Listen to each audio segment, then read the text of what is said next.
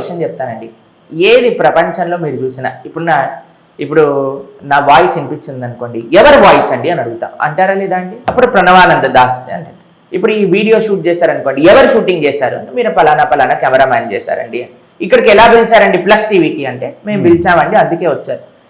ఏది అవ్వాలన్నా ఏదో ఒక కారణం ఉంటుంది, అవునా కదా? ఈ లైట్ వెలిగిందంటే దానికదే వెలిగిందా అండి? ఈ లైట్ తయారైందంటే దానికదే తయారైందా అండి? ప్రతి దానికి ఒక కారణం ఉంది. ఈ ప్రపంచానికి కూడా కారణం ఉంటుంది కదా.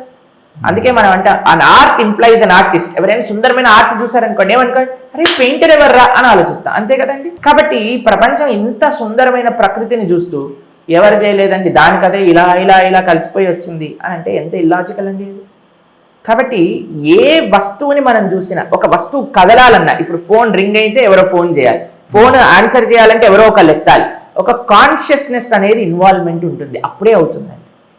కాబట్టి మీరు ఒక చిన్న పిల్లవాడికి ఈ విషయం చెప్తుంటే ఒక ఆయన అన్నాడు, ప్రభుజీ మీరు చూడండి, ఇప్పుడు ఈ ఫ్యాక్టరీలో ఒక ఫ్యాక్టరీ చూపించి, ఈ ఫ్యాక్టరీలో చూడండి అసలు మనుషులే కనిపించట్లేదు ప్రభుజీ, మొత్తం ఆటోమేటిక్గా మొత్తం ప్రాసెసింగ్ అయిపోయి బయటకు వచ్చేస్తుంది ప్రోడక్ట్, మరి ఇందులో ఏ మనిషి లేడు కదా అని అంటే, ఈ వస్తువు తయారు చేసిన వాడెవడు?